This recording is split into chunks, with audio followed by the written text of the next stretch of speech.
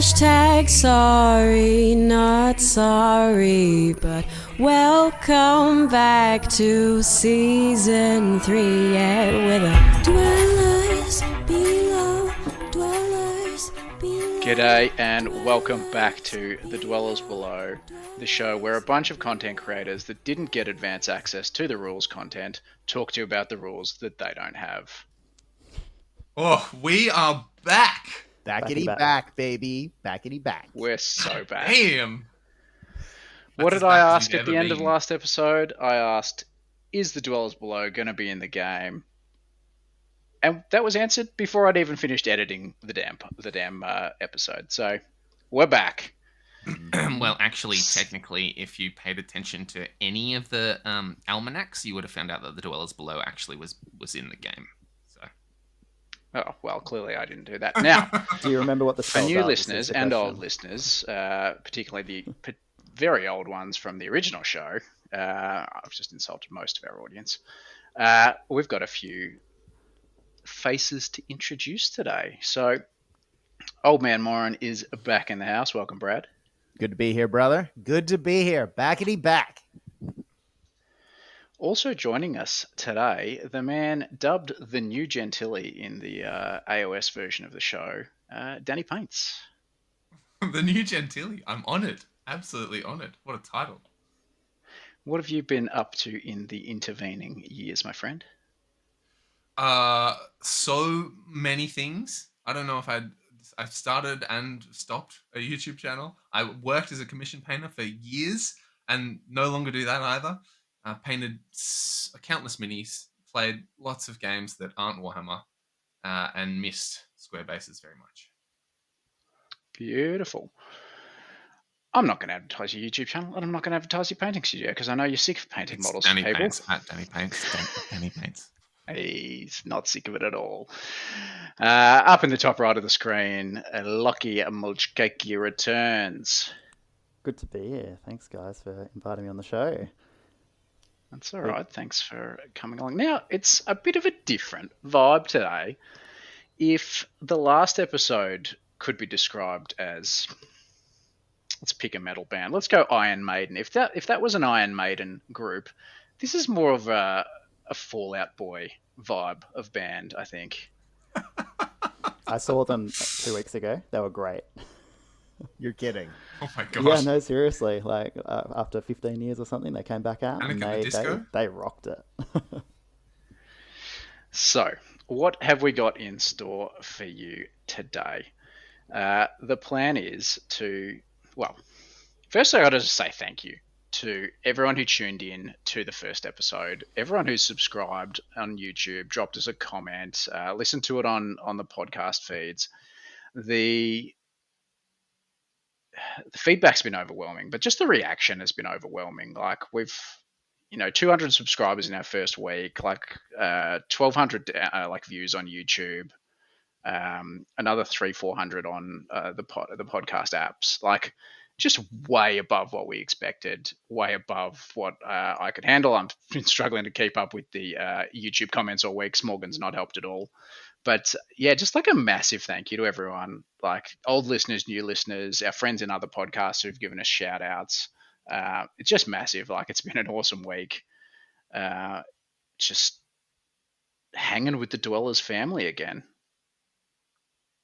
Yeah, I was not at all ready for the hype. Everyone was pretty keen, and people have been making content about this game for years now. And I'll come across the episodes of other podcasts and stuff and be like, oh, this is it's interesting, but I probably won't play it. And then this week rolls around, and I'm like, how can I spend every cent on this game? I was not at all prepared, so it's really lovely to be back amongst it and talking to you, lovely people. I actually It didn't has realize how been much rough. content had been released and created on obviously the Warhammer community, but also podcasts like Rob's podcast and things like that. I just thought oh yeah, it's still 2 years away as the old world, and then kind of yeah, same with you, Danny. A couple of weeks ago, Nick, you messaged me, and I was like, oh yeah, I could I could look into it, and I was like, holy shit, this is a shitload. So it hasn't been drip fed to me. It's just been smashed the Yeah, all at content, once. which is great. I love it.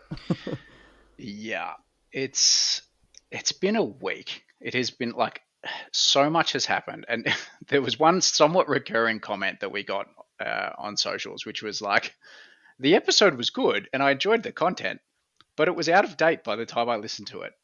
And for once, I didn't even spend that long editing it.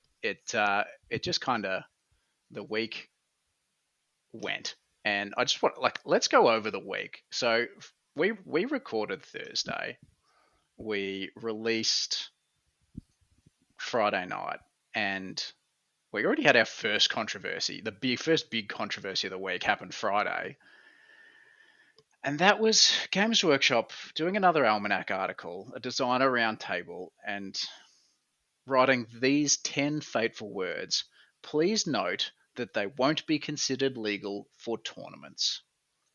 And boy, oh boy, did that cause an absolute cluster of a reaction in the community. Nick, I love this book. why would you possibly want to sell books? Why would you want some of the most beloved armies in fantasy battle?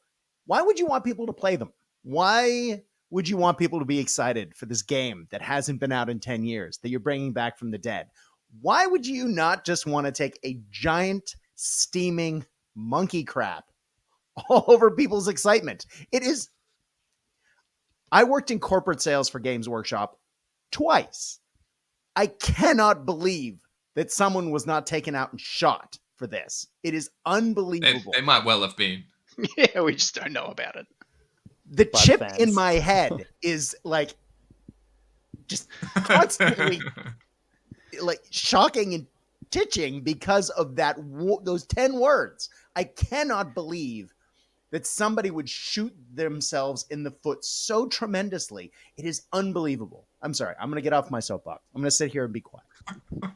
I'm a little bit torn because, like, some of the factions that they won't be doing books for are some dear to my heart, like Dark Elves. I think vampire counts, are such an integral part of the lore.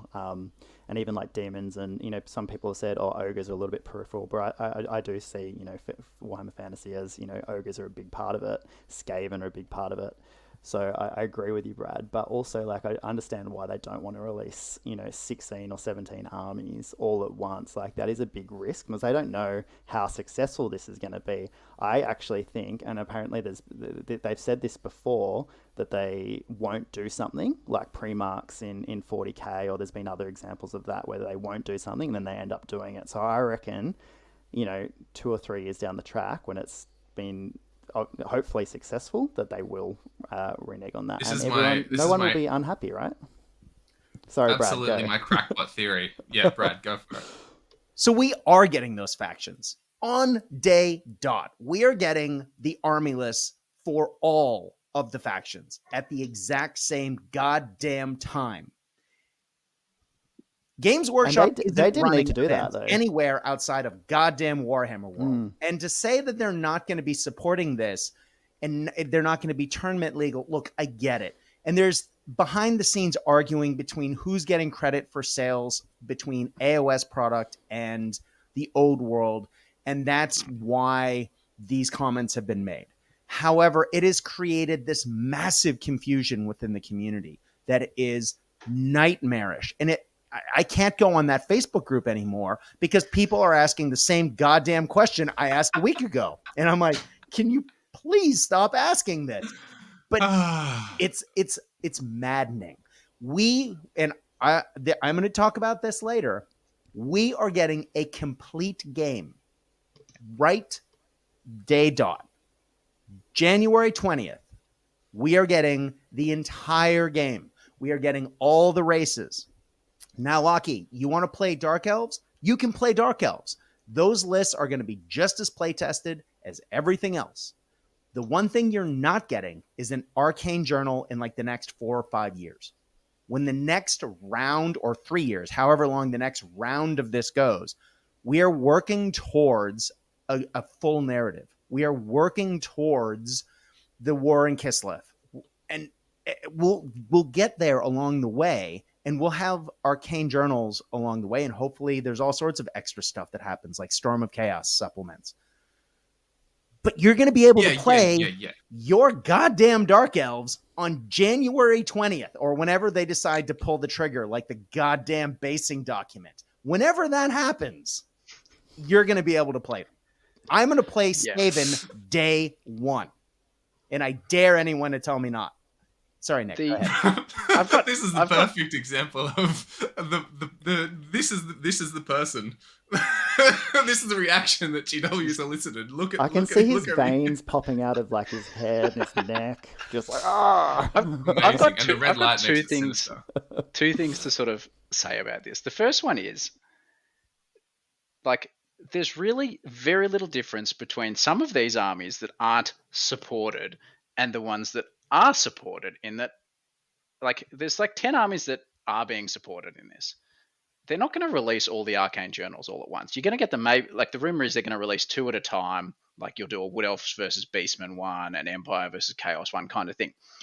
But given their general release schedules, some of the last of those 10 is going to get their update in 2 or 3 years.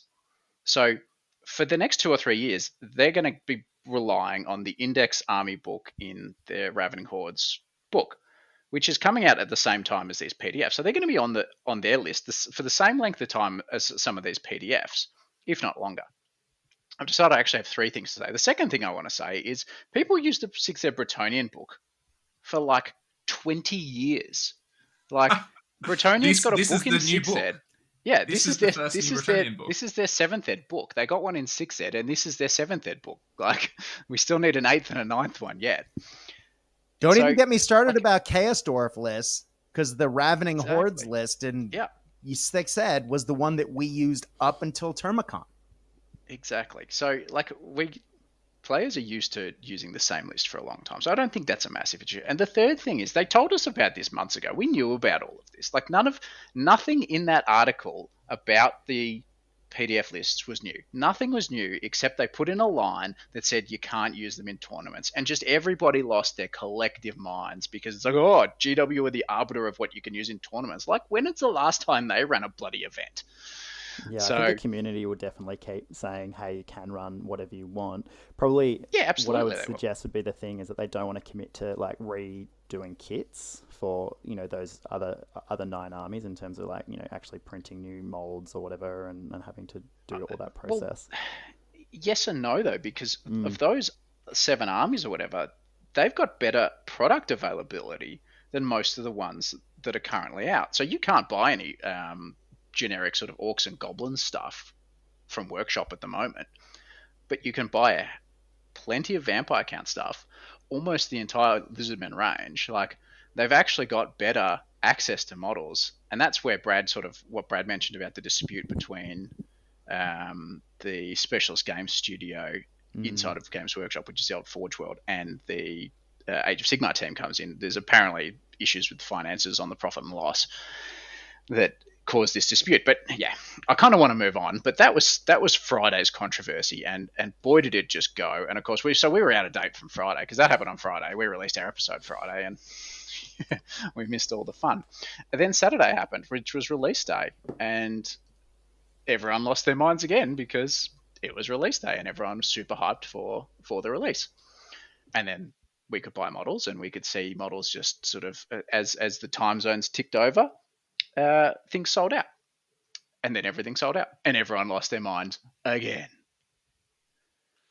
Right on time, like right on schedule. Yep. Every time there's a pre-release or a pre-order, it's the same merry-go-round. Like why isn't anyone used to this by now? This is business as usual. This is not new. This is not a cause for outrage. Chill. No, exactly. And in Australia, people lost their minds because we found out that we were having a release delay and we don't get our toys until the 10th of Feb. But again, we kind of already knew that because a lot of stuff gets release delays over here, and they'd already been telling local game stores about it. So if that was the weekend, we then had like a week of people on various content creation platforms posing next to books, posing next to boxes. Oh, men reading books on live streams. Oh, Man Reads Book? Man Reads Book is my G. I don't know if this ever will get as far as the lofty heights of Man Reads Book, but Ash from GMG Guerrilla Miniature Gaming, if you ever see this, my guy, you are my guy. Man Reads Book is an excellent, and he knows about like that joke, the Man Reads book joke, and he's just lent into it. I think it's great. It's the pinnacle of content creation. We could only wish that we could read books on a live stream. Although I the think kind of hits. the corporate giant of GW has cottoned on to Man Reads Book a little bit, because now instead of Man Reads Book being, he's done it every page for like the lists and stuff, but as far as the core rules, he had a little spiel. Instead of Man Reads Book, it was, oh, I'm not going to read the whole thing. That would just be really boring for you guys. I'll just go through it and skim. And I was like, Man Reads Book, you have one job. Read book. It was the cliff notes of Man Reads Book. Yeah, we didn't get the full Man Reads Book, but that's okay. The best bit is all the compilations of just like screenshots of Man Reads Book that people are using to like, because and we can't talk. We don't have access. We didn't get access to the rules. I've written lists off Man Reads Book screenshots. Exactly. We're the worst. What happened the next day, Nick? On Monday? I don't know if it was Monday. That was sort of the week. But then, and this was slightly later in the week, we had, and there were some articles. I think Point Hammered and stuff released some articles, which were easier to read than screenshots of Man Read Book. So they were great. Not Point Hammered. Point Hammer's an old podcast. Goonhammer did it. Point Hammered. And then we had the king of articles. Warhammer The Old World is a cynical exercise in mining nostalgia and cash from fantasy battle fans. Less. That had to be the trough of the week, surely. Take my money. Nostalgia, take my money. There it is. On the one hand, absolute drivel. On the other hand, probably correct. Yeah. It's beautiful. It's called fan service. People like it. It's how Marvel movies get made. Let's keep this going, kids. Yeah. I mean, you create an incredibly dedicated fan base spanning generations over, 30 plus years of people that have fallen absolutely in love and have built their entire identities, got tattoos of this fantastical world, and then you're just not gonna cash in when they all have like adult jobs and adult money? Mm-hmm. My brother in Christ. Well, apparently they're not going to cash in because they didn't print enough stock. Sorry, Lachie, go. No, you're right. I think this could be said about most things that Games Workshop does, to be honest. But like, look, it probably is a cash grab, but it doesn't feel like it's so heartless or soulless. Like it feels like there's been a lot of effort being put in from the design team, and I think that really shows in obviously the marketing, but also the rules that's been coming out. Obviously, we'll wait to see the final product. The big thing for me will be what the business model actually looks like in terms of the updates. So we know, and this burnt me out in AOS. I really did try to get into AOS there, but I know the 40k is the same in that, the real relentless, every 6 months or 3 months even, they're updating rules, they're invalidating things that they released 6 months ago. So when you paint up an army, this happened to me after 6 months. I finally painted up the army, but the thing I was painting up was then invalidated, or it was nerfed or whatever, obsolete or not good enough. Hang on, which is fine. That's the business model. But if that's the business model for Old World, then I don't think that's going to be good for the community. We'll see. It feels like the perfect balance of GW wanting us to spend all of our money and just throw cash at them, and then a lovely team of employees that have built a game that they love, like stroking it. It's stick and carrot. It's both. And it can be both, right? It can be both, yeah. Lachie, a minute ago you were complaining that you were getting a PDF that you could use forever, and now you're complaining that things are going to get released too often for you. I'm so glad you said that. Pick your what's your issue here? Like, it can be both. Everything in perfect balance. I don't mind the PDF that we can use forever. In fact, I've gotten so used to like Marvel Crisis and a bunch of different games that the rules are basically free, or it comes with the models. So paying for rules is really like weird to me now. So we'll see. Can I just say, speaking of paying for things and things that are going to be like the news this week, if you've looked at eBay prices for fantasy stuff. It is True. outrageous. Apparently, I'm rich because I have a bunch of scatter dice and artillery dice still to this day. I need some of them. So I'm just saying, friends, you got some treasure in the bottom of your toy box if you look. I cannot believe what fantasy models are going for. I cannot wait for the next 3 to 6 months when things finally calm down. It was BSS have been nuts. just a quick note on that. I remember looking at Pegasus Knights for Bretonnia because I wanted a conversion or something on eBay like last year or something. I was like, oh, that's crazy. $30 for a Pegasus Knight, a single knight? No way. No. And then thank God they're going to release the plastic kits again. Nothing will be that expensive ever again. And they're $90 for 3 like, or more. At least they're brand I feel new bad though, for the and you people don't who'd have to. speculated on Necrosphinxes and just had a whole stock of them because they're probably still cheaper now than they were.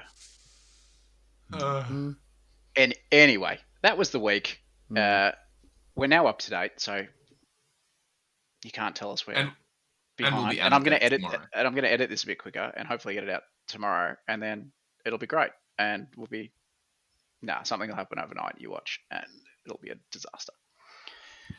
What we want to talk about today, though, is we don't, as I said, we don't have access to the pre-release rules. We are a little bit slow getting our act together with this podcast, so we don't. We're not in the creator program or anything like that. So we're not going to read a rule book to you like some of the men who read books, but we are going to just go over our favorite thing that we've sort of seen this week from the rules releases and from all the goings on, and just sort of talk about our favorite and our least favorite aspects of what's happened. So I'm gonna throw to Danny first up. What's your favorite takeaway from the week that we've had and all the myriad of things that have been thrown at us? Yeah, like I'm sure most of you have. I've been madly scanning through the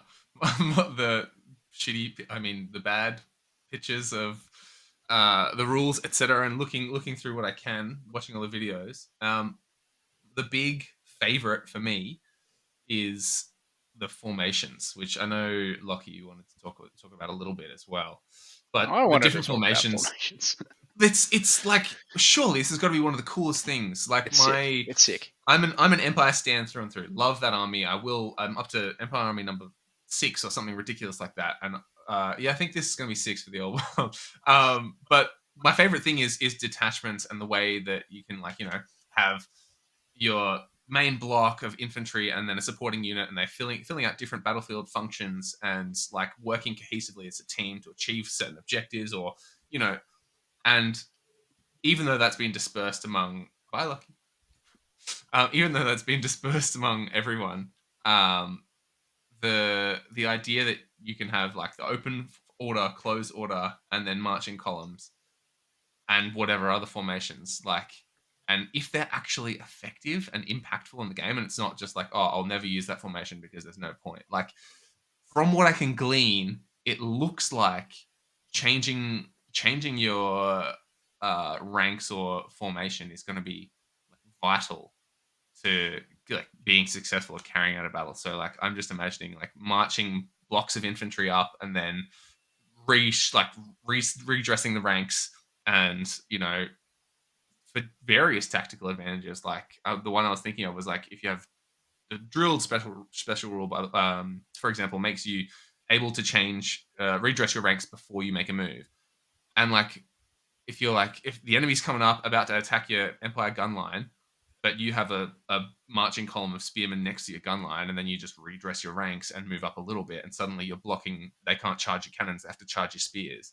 Or I need to get to the objective, so I'm going to get out of my fighting formation and march 2 turns really far with infantry. I'm really excited for the bog standard men of the Empire to actually be useful, because in previous editions that I've played, infantry kind of really limited by their movement and aren't so useful. And that's what I'm hoping is that they become a force again. That's my big one, is the formations, and I don't know if anyone else has stuff to add on that. Yeah, no, I love the formations. I think this was my point that I wanted to speak about as well. it's being able to differentiate the close order heavy infantry style from your orcs and goblins and your beasts of chaos in that open order, but then going so far as like skirmishing fast cavalry and all that kind of stuff. Like, I think it's great. Having played a lot of 6th edition as well as a lot of 8th edition, more recently having played 6th edition, I much prefer the intricacy of the movement in 6th edition. So 8th edition was when they brought in swift reforms, and so basically everyone on a leadership check, which was often a really rollable 9 or a 10, could just check to just pivot as much as they wanted and then do a little move or shoot. And that just made it really easy to have your units facing the way you wanted them to and get where you needed to be. Whereas in 6th edition, there was no, you could reform, but that was it. That was all you were doing for the turn. If you wanted to add or subtract a rank, you could do that and still half move. If you wanted to go sideways, you could do quarter turn and then move and then a quarter turn back. That's now been simplified with just half moves back and sideways. I like that they've brought that back in, but I also like that they've added these formations and different ways to move. You know, the 6th edition skirmisher rules are back rather than the 8th edition skirmish rules. The only thing I kind of wish they did, and I thought they were doing this for a while, is I thought open order units ranked up like skirmishers did in 8th edition with the gaps between them. And maybe I just got this because I've seen pictures of stuff on, like I think there was a battle report between some high elves and some beastmen, and so I'm looking at the beastmen and they're all on those expander trays where there's a little gap because they hadn't put them on larger bases. But for me, it would be really cool if they'd gone like closed order is literally touching, open order is like 8th edition skirmishers where they've got a little bit of a gap between them, and then skirmishers is the 6th edition style skirmish, which they're going with, which is the stuff can just move anywhere they want. Yeah, I get the feeling they wanted to. Like, it feels like they wanted to do that, but that's kind of impractical. Like to have 2 sets of trays and then move 20 models into an open order, it would take ages. And but I know what you mean. I just wanted to add on to this really quickly as well. The fact that monsters have to abide by these rules as well. Yeah. Huge. Like, because one of the things that, and it's not necessarily, I don't have a better word for it other than verisimilitude, where one of the things that I, like having played 6 a bunch, didn't like necessarily was like, you get your flying monster and then you just like move it up and it spins around and does a little twirly whirly and it's impossibly maneuverable. Like a giant steam tank isn't going to be able to do a drift 180 and turn around and face the back of a unit or whatever. Like, these are big lumbering creatures that need to hello cat, that need space and time to pivot and move around. And the fact that that's a little bit more restrictive, quality of life. yeah. Lachie, did you play Kings of War? You played a little bit at the start. At Mortis Games, yeah, we played a little bit. Yeah, like the elements of what they've brought in with the limited pivots and stuff reminds me of the Kings of War movement rules. Mm-hmm. Oh yeah, right. Where you could do a 90-degree turn, and then just move half your move. Or is that what it was? Or yeah, so it was like you got one 90-degree pivot during your move. Like you could move up and do a 90-degree, or you could move 4 inches 90-degree and then another 3 inches or something like that if your movement 7. So there wasn't wiggling; it was all just the pivots. But even your bigger monsters and stuff, they could only pivot once or twice during a move, and some units were more nimble than others. But for me, I really like that aspect because it makes facings matter more and it makes positioning matter more. Whereas before, like as Danny said, your huge dragons and stuff could just pivot a million times and be exactly where they needed to be. It didn't feel like it was a huge dragon. It was like, this is a model that I'm moving. Yeah. I'm a sucker for the narrative. Dragons should be super good. They should be able to recharge you all the time. I think they will be. Chaos Dragons give you a 10 wound model, so I suspect they will still be pretty good. Lachie, what's your big takeaway from the week? From the week, look. I think I really like the. I don't think this came out in the last week, but I really like the +3 initiative for charges and getting rid of. I think you guys talked about this on the cast last week, but let's put always strike first aside. Like I didn't like in 6th edition and 7th edition. I think how if you charge, you always strike first, but also it didn't quite feel right that there was no initiative modifiers or anything like that in 8th edition. So I think this is a nice balance that charging it gives you something and you want to try and charge, but it's not going to break the game a lot of the time. It probably still makes L's like really strong if they're still going to be initiative 5 and initiative 6. But we'll see how it plays out there with weapon modifiers and those kind of things. But I think there's probably lots of counterplay that you can do with it. So interesting to see, definitely, and particularly how magic might. If there's lots of spells that increase your initiative or things like that. Really keen to see those rules. For sure. It'll be very interesting to see how much that matters and how much it doesn't. Like I'm used to, with 6th, I'm used to initiative being a weird thing that you think about if you make it to the second round of combat. Like, but it actually mattering. Like, one of the things I've been thinking about is if you can design in this new game, I mean, I'm sure we'll find out, but if you can design a unit that is designed to be charged, like the old Village Idiot Empire list from 2003, where it's the whole point is you get charged and do your counter charges and whatnot. Like, I know spears give you a bump if you get charged, but it's only +1 on a human. That's probably bad. Like, that'd be an interesting sort of thought experiment. There's a new rule. I'm not sure how many units are going to have it, but Shield Wall. I don't know if you guys saw that one in the special rules one. But if they've got that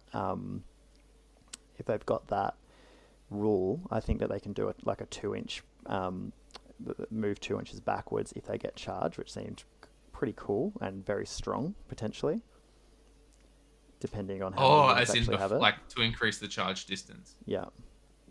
Huh. Yeah. All this interplay is going to be fascinating. It's so hard to assess at the moment, right? It's going to be very. I know we've got drips and drabs. Ugh. We had a big to go on a tangent because this is the Dwellers Below after all.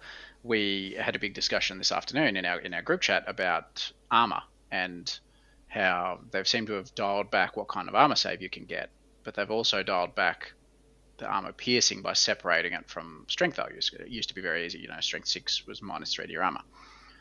So you can be strength 7 now and only have a -1, -2 save modifier depending on the weapon you're using. So I can't actually work out, like, are things going to be more protected than they were before because there's less stuff modifying the armor, or are they going to be less protected than they were before because there's less armor to be had? So it's a very interesting thing to think about conceptually, and I'm sure eventually we'll get things on the table after the 10th of February when we get our models and our books. Yeah, that's right. And it'll be really interesting to see what predictions or what things we're talking about now in the early phase of reading screenshots from Manred's book. What do we get right and what do we get wrong? No doubt. Hot take about armor saves right now, Nick Holland. Go. What's your so we can look back and tell you how wrong you were. Armor is worse than it used to be, and things will die more. Interesting. All right, cool. I think it's a good thing. Particularly shooting. 1+ saves were probably too good in 8th edition, but also as you just said, Nick, like shooting is it's going to be scary coming up against a wood elf or high elf gun line if you've got a bunch of lightly armored troops, and they're all a lot slower as well. Troops are a lot slower with their charge distances. One of the things which surprised me is that they put wheeling back in the game for charging.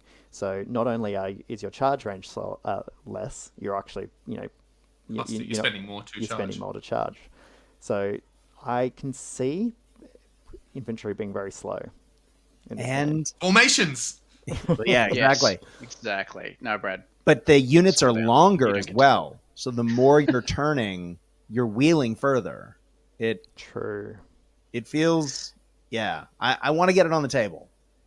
Unit size. Suspicion. I laid out an army just to see what it looked like, and the new footprint of my Warriors of Chaos, and keeping in mind my Marauders are still on the same bases, is a lot bigger. It now takes up 2 shelves in my cabinet, not 1. And it's on the tabletop. Now that quote unquote official that it's a 6x4. Yes, at least it's not the new Warhammer size or the 40K size, whatever the hell that is. I'm glad it's still a bigger table, but it's going to feel tighter for some armies. This is my seeking suspicion. This is my hot tag right now. All right, formations and using marching and using your like adjusting your ranks to either benefit from more attacks in the front rank or your rank bonus depending on what sort of unit you are, and all that integral to playing the game, and you're going to need to master that to be a good player. That's my hot take. All right. Do we think that there's going to be more units on the table? Because there's obviously like that without the horde rule, or at least for most units, we're probably not going to see big units of 30, 40, 50. Yeah, So, yeah, I think we will. I think 6th edition. Well, I mean, maybe not more units or more models, but because I think the points level is going to drop from the 2,500 that we were used to in 8th. But okay. 6th edition, more individual units rather than big units with lots of troops in each unit. You tended to have them spread out a little bit more. And I think part of that's going to be the lack of step up rule. Again, quick tangent. Like And if the you've got, +1 combat res. Yeah, but if you've got 30 or close order. 40, yeah, if you've got 30 or 40 dudes in a big unit and someone just charges in and they charge them with a chariot, so there's only 4 models engaged, and that chariot will kill those 4 models before they get to strike. You've got 40 dudes just really not doing anything. Not if you're 40 wide. Well, if you're 40 wide, you're never going to maneuver, right? So, but yeah, it's. And you need to go forwards, baby. Brad, what's your favorite takeaway from the week? Look, I alluded to this earlier, but I'm going to hammer this home because I feel like it is not being said enough. I spend a lot of time talking about a lot of game systems, particularly as they launch. And how many game systems do we as gamers get really excited about? And then, 3-6 months in, you still only have 2 factions or maybe a third faction with a couple of models here and there. And there's massive holes all over the place on what you can actually field. We are getting Thanksgiving dinner on January 20th. And I'm saying January 20th, Nick. I'm going to hold you to this. I'm going to get that EPUB, baby. And I'm going to be playing the day of goddamn release. I am not waiting till February 20th. I'm just saying that. But there's a lot of steps to this. We are getting all the factions in the game day 1. Not only that, we are getting these 2 new army books, the Forces of Fantasy and Ravening Hordes. Now, what's great about that is, unlike previous goes, for example, if we look at 6th edition, which is the obvious analog because, this is a lot like 6th edition, that Ravening Hordes book was the second a new army book came out. It totally voided the old list. These lists, as the arcane journals come out, will still be the top list. They aren't changing. These books are sacrosanct. They're not just hold you over until the next thing comes.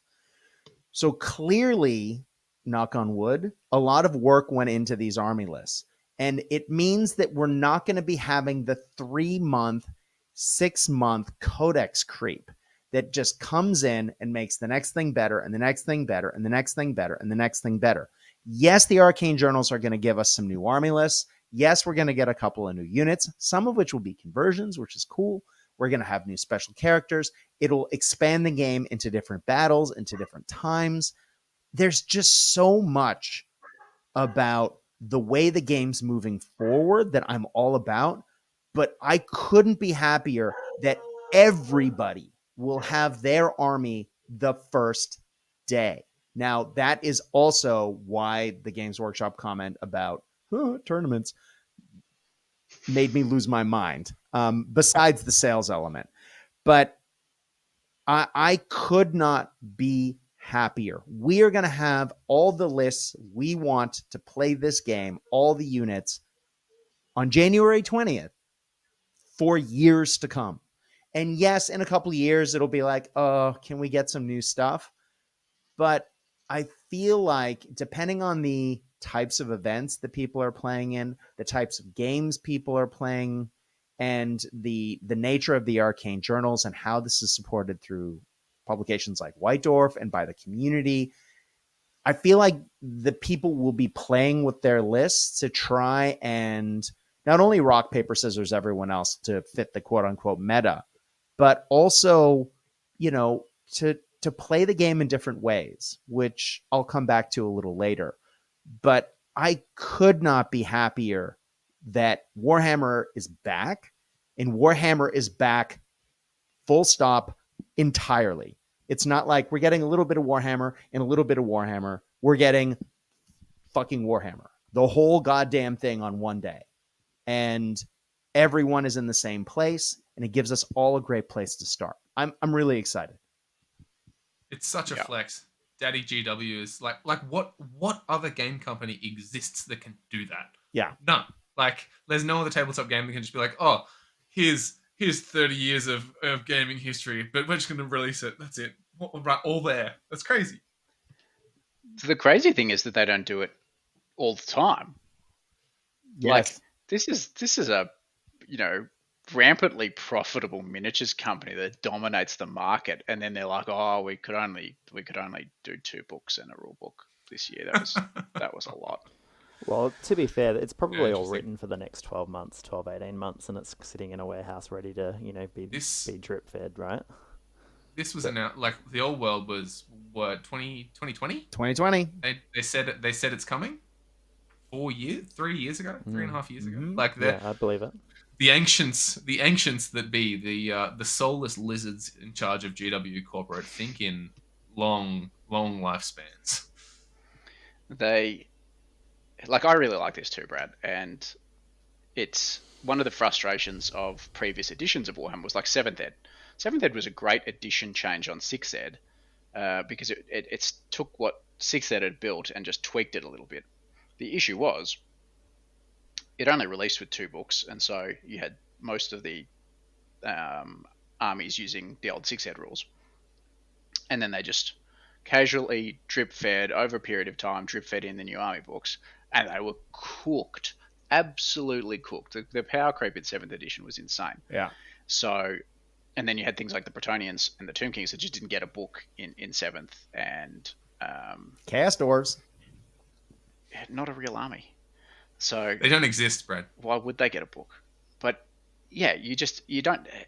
That drip feed was annoying, and it made the game like less good, just like actively less good. So releasing everything day dot and then just doing more minor rules tweaks as they go through, like, huge fan. Yeah. And it leads into, like, one of the things I'd highlighted from this week that I really liked was the sub books for the factions, the little, because it takes me back to it was an Arcane, the Arcane journals. It takes me back to 6th edition. The back of the book lists, like the cool themed army list that you had. So the vampires, they could do like a Lamian list, they could do a Von Carstein list, they could do the Blood Dragon list. They got the Lance formation and that kind of stuff. Like, that is my absolute favorite thing from 6th edition, was those back of the book lists and the custom lists that they released in Warhammer Chronicles and the Warhammer Annual and stuff like that, and through the White Dwarfs. That was awesome, and I love that they've brought that back, because they kind of didn't do that through 7th. They didn't really do it through 8th at all, but it looks like they're moving back to that kind of stuff. And like, having read through the Tomb King one, like, love it. It's just like, yeah, you get these, the Royal Guard or whatever, and so you can have the Tomb Guard in chariots. And like, the chariots that I've got happen to have Tomb Guard crew in them because I just thought they looked nicer. So when I first started doing my 8th Ed Tomb Kings, I bought a box of Tomb Guard and put them all in the back of all the chariots and stuff. So I thought they looked cool, and now I'm like, this is awesome. I get Tomb Guard in chariots. And just adding those those sort of fluffy, cool lists, like the Border Prince's Bretonnian list, like, love it, absolutely love it. I'm so stoked that they're bringing that kind of vibe back. Couldn't be happier. Agreed. Yeah, absolutely. And it feels like there's a whole lot of people call them quality of life things as a, like, dismissively, but I absolutely vibe all the little tiny changes. Like, I posted in our group chat the other day, and unit I've made is inspired by a piece of art that I really like in the 6th Ed book of a warrior priest leading a bunch of flagellants. because you can do that now. And like, it doesn't make a difference. It's probably not that good. It's not going to break the game. But like, why could you not have a priest leading your flagellants? They're like, well, yeah, okay, you can do that. Like, there's so many little cool things that they're just like, why not? That's not going to hurt anyone. Yeah. Yeah. I It's seem good. to remember back in the day, though, a lot of events wouldn't allow back of the book, or at least certain back of the book lists, or even special characters. So I really hope that, like, I assume we have moved past that mentality where, you know, you're not using everything that's available to you. Well, some of the back of the book stuff was bent. Yeah. like in the Empire book, you could take the artillery train of Nuln. You could take cannons and mortars as core. Like The blood drag. I always wanted to run the blood dragons in the back of the book list in the lance formation, because they got the Bretonian lance formation, except that your characters are all like vampire lords and you outnumber stuff with fear, like cooked, absolutely cooked. And Lachie's right, a lot of that stuff wasn't allowed back then. Yeah. I think we've come a long way as a community, and hopefully things will be more permissible in the current age. We've been pretty positive so far, guys, and this is a show on the internet, and rampant positivity is not acceptable in the internet But environment. Nick, how are we going to get free stuff off Games Workshop if we don't just say yes? Well, it's like there's two ways to go about it. We could do free stuff from Games Workshop by being like positive shills, or we could say negative stuff for the hot takes and the controversy, and then we get like the viewers go, "Ooh." Ooh. So we've got to strike a balance, right? We want free stuff. I don't think we can do both. Nick, Stuff for Nick, free I put stuff. on We're my here for the viewers. glasses so I can do the well, actually.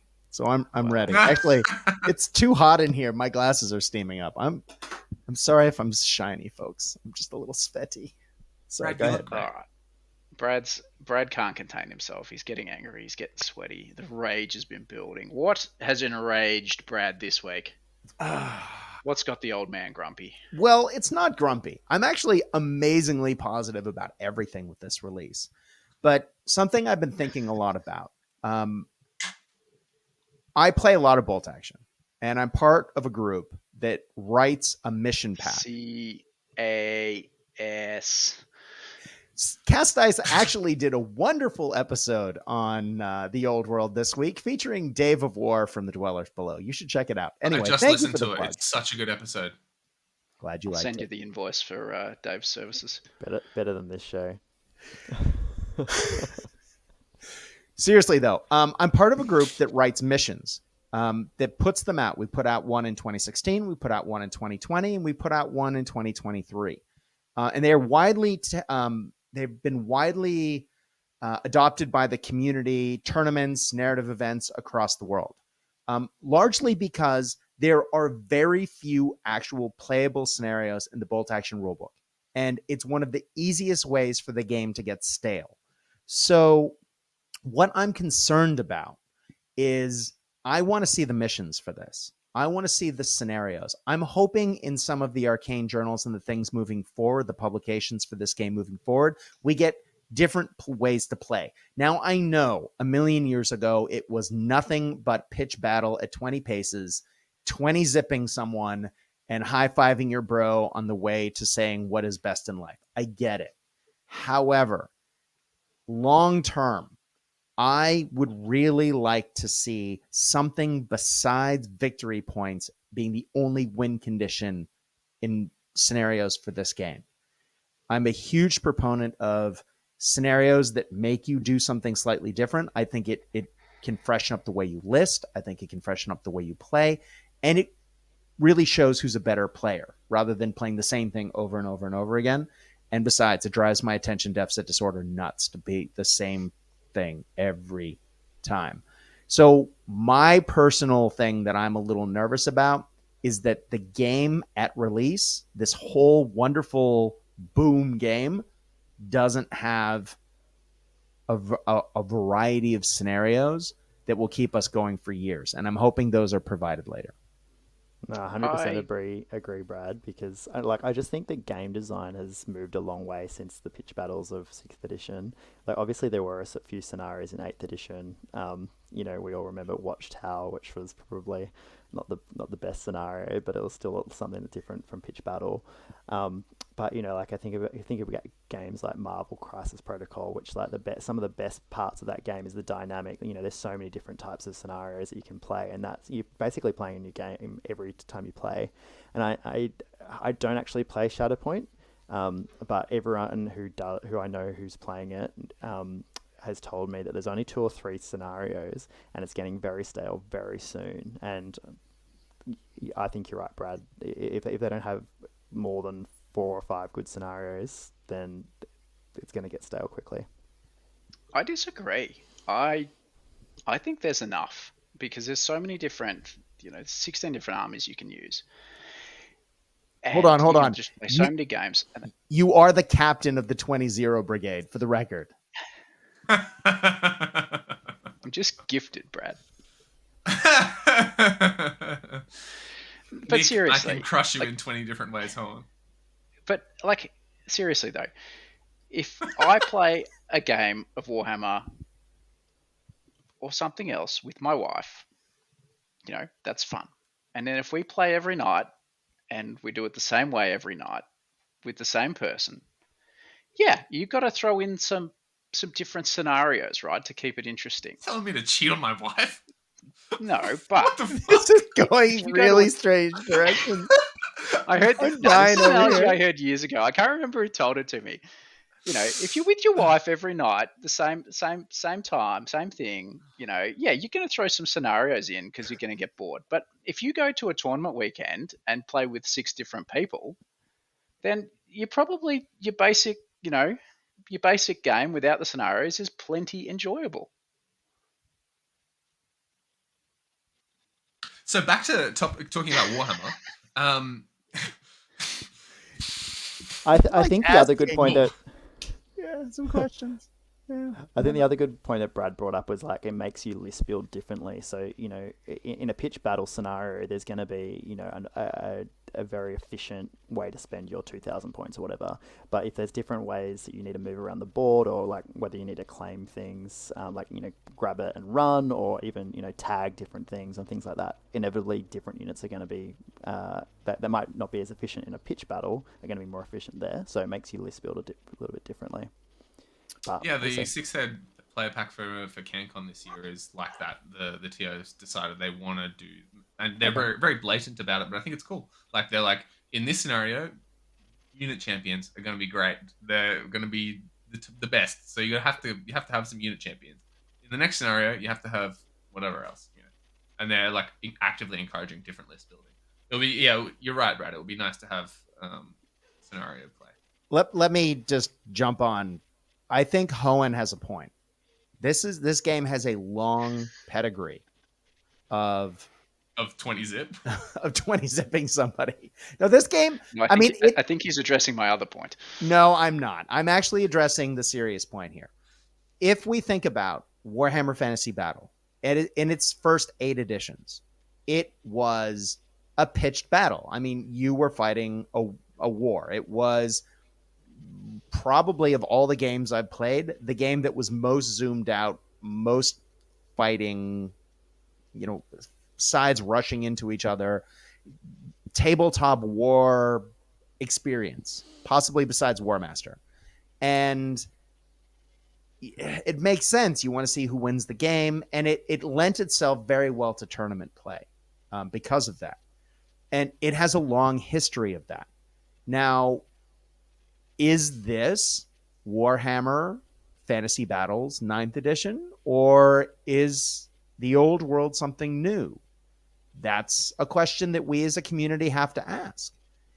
Are we going to follow in the steps that the previous editions had gone, or we as a community had gone with those editions, or are we going to go somewhere new with this one? And I would just like to keep the gates open to say, maybe we should try some stuff. And if it doesn't work, look, I'm not going to say I'm writing missions for this game, because I'm leaving that to wiser people. I don't quite understand how rank and flank write how to do good scenarios for that. but I think we shouldn't turn our backs on it either. Nick? Yeah, like I think we also have to think about the fact that Brad has a very tournament focused mindset, and Brad is only sort of talking about what you would do in a tournament or an event and those scenarios. Realistically, if you're playing outside of that, where you're going to have a prescribed tournament pack or set scenarios that you've got to play, you can do whatever you want. And there's going to be in that rule book and in the arcane journals and stuff, there's going to be heaps of different scenarios and heaps of different ways to play. And you can do campaigns, you can print the Mighty Empire tiles and stuff like that. Like, you can do so much cool shit. So don't restrict yourself to a tournament mindset. And that's something I would have been absolutely guilty of in the past, is that was like laser focused on tournaments, playing the ETC, all that kind of stuff. And that's something like, that's the freedom that we have now, is we've broken the shackles of the tournaments, and we can just do whatever we want, right? So wait, yeah, hang on. okay, tournaments might sorry, go on. You're saying that the dwellers, so the 8 of us, should just like create a scenario pack the way we want it and then impose it on the rest of the Australian community? Is that what you're saying? I don't think we should impose stuff on anyone. I don't think anyone should have things imposed on them. Yeah, like a tournament, you might play some pitch battles, but if you want to play some cool scenarios on your kitchen table, do it, because that is mad fun, and it's something that people should do more of. It's so good. Anyway, that was too positive. Lachie, No, hold on. I just have one last question here. Nick, was it you or was it Egg that I beat in the Watchtower? I don't remember.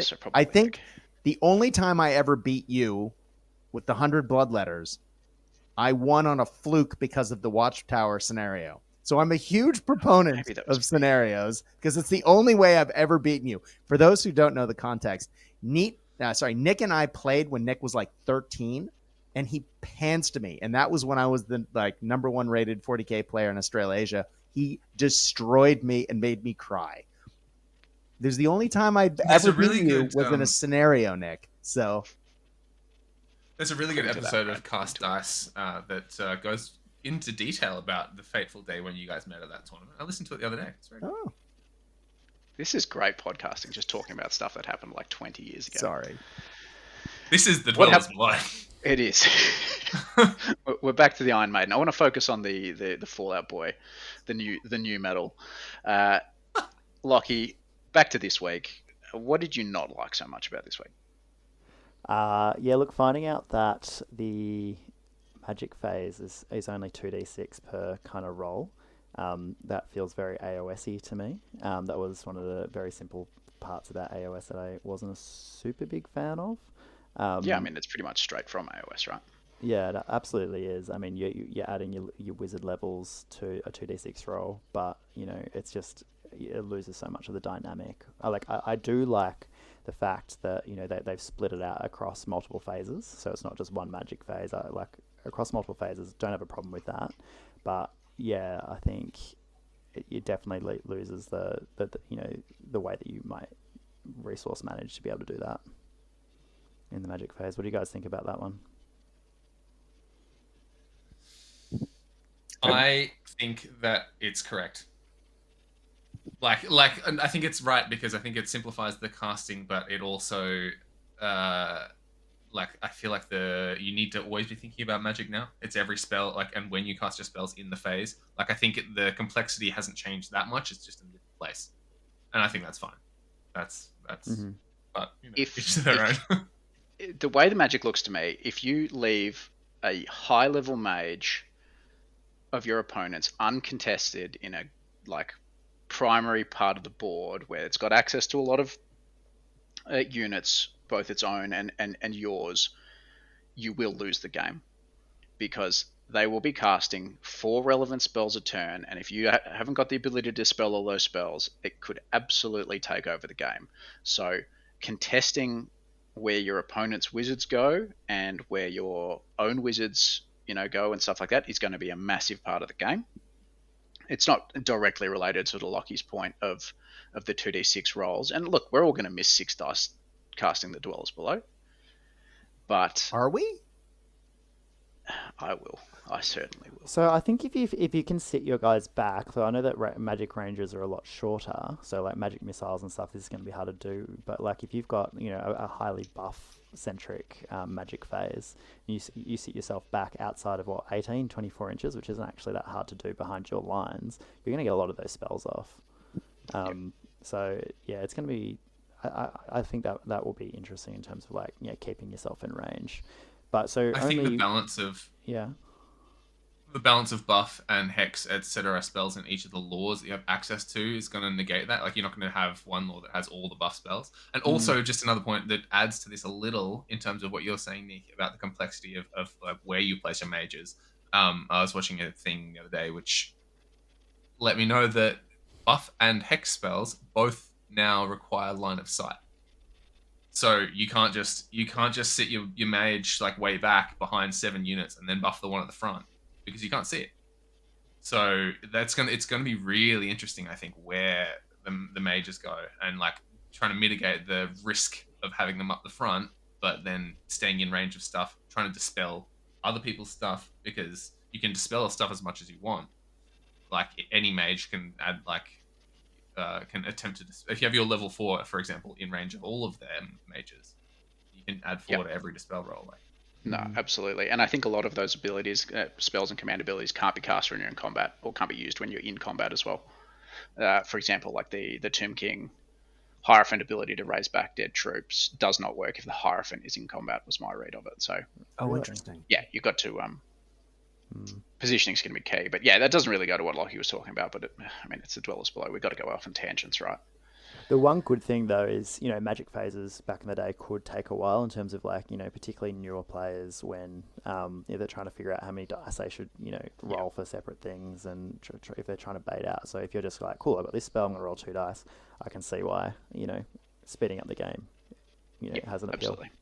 It also Danny, helps you what to do you hate not about Warhammer forget this week? the magic phase, which I have done a couple times over the years by just jumping to the next phase.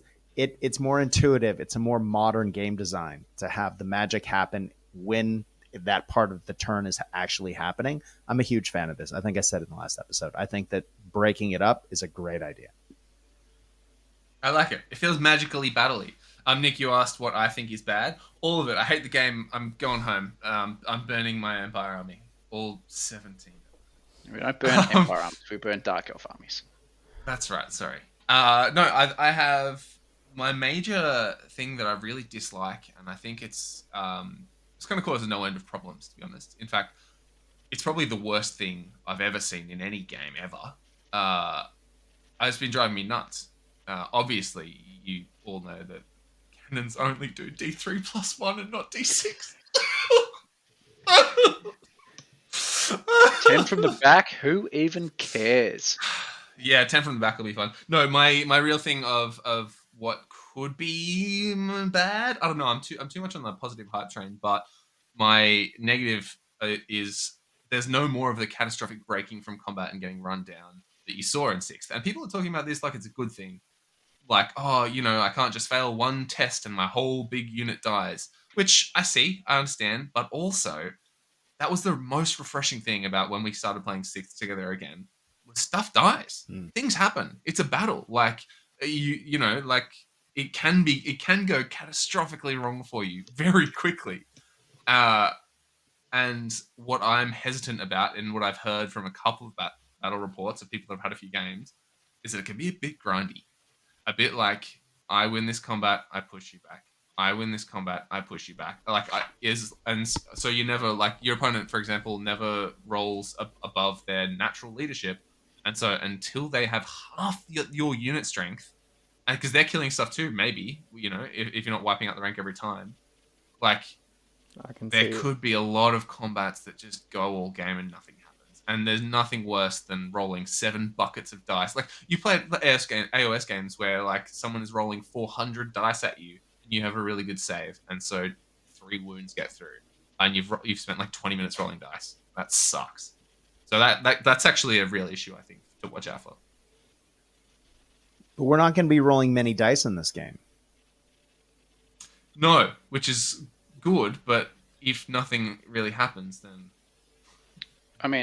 on the dice. Particularly given the dice cost $74 for like a pack of them. Like, $1 million. You know what? If Who they can release who can Empire dice, afford I'm to- still gonna buy them. who can afford to roll that many dice when they cost that much money? You know how you have card sleeves? You should get dice sleeves. Protect your dice for when you roll them. Yes, coat your dice in something to protect them. Nothing Laminate could them. possibly go wrong. Yeah.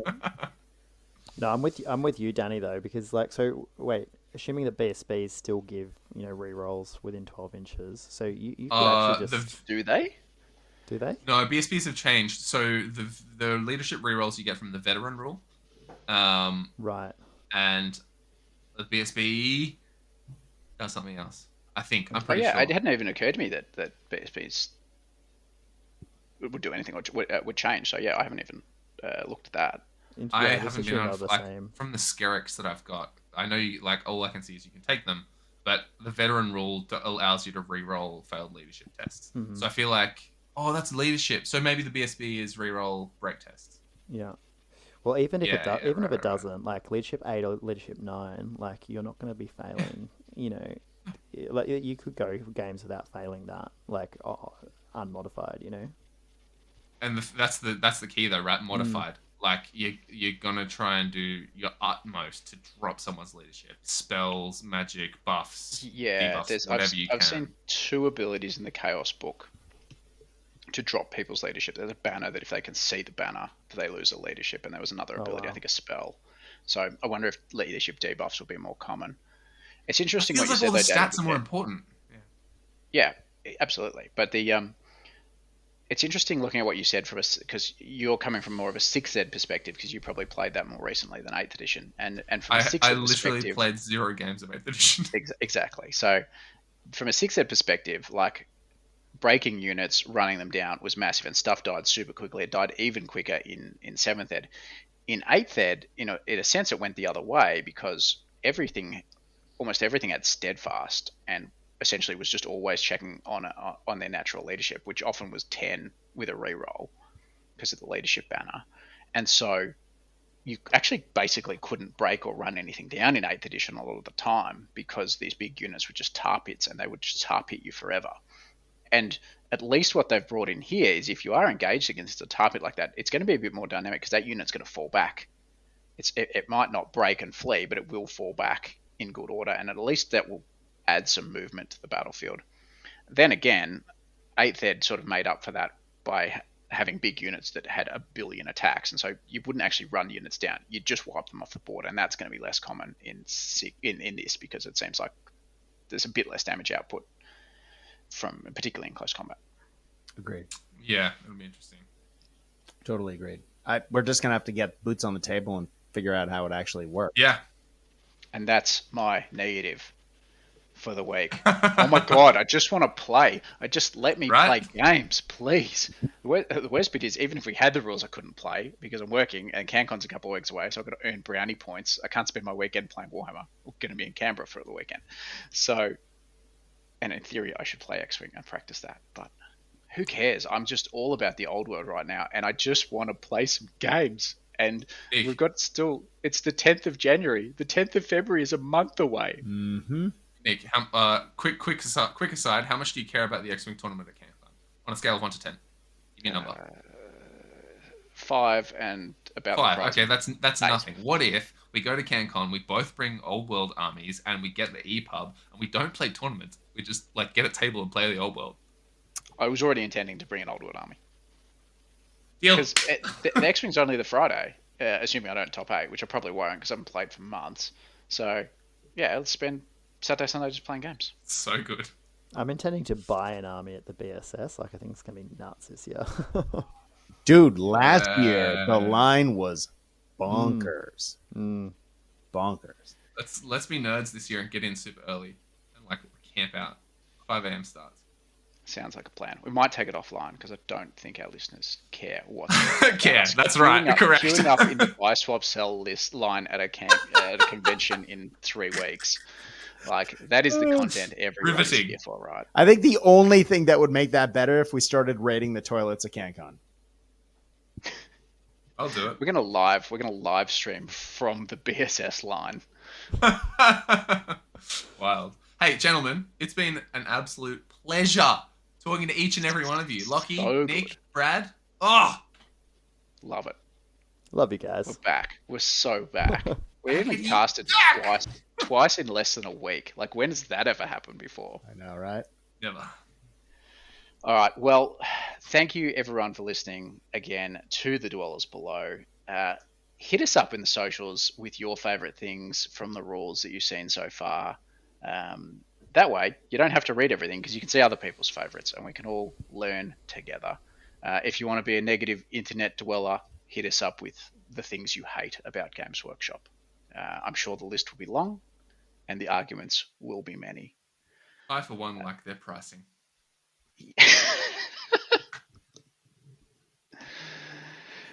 Who should I nominate? Danny. Danny can be on comments this week, so I'm going to give Danny access to the YouTube studio, and he can reply to everybody's comments. Which I'm replying to everyone's comments from my own personal account at Danny Paints, which is dead and defunct. But if you're lucky, I might make a video. Another good thing you can follow is Cast Dice. It's an amazing podcast. Like lots of really good info, really sensible people on that podcast. They have, the scoop, really insightful stuff. So if I were you, I would listen to Cast Dice. How do you spell that, Nick? C-A. No, before you go there, please don't forget, like and subscribe to our show. Thank you if you already have, but just mash that button again. Get that algorithm happening. Do it. We've been the Dwellers Below. Thanks for listening. Don't fail your strength test.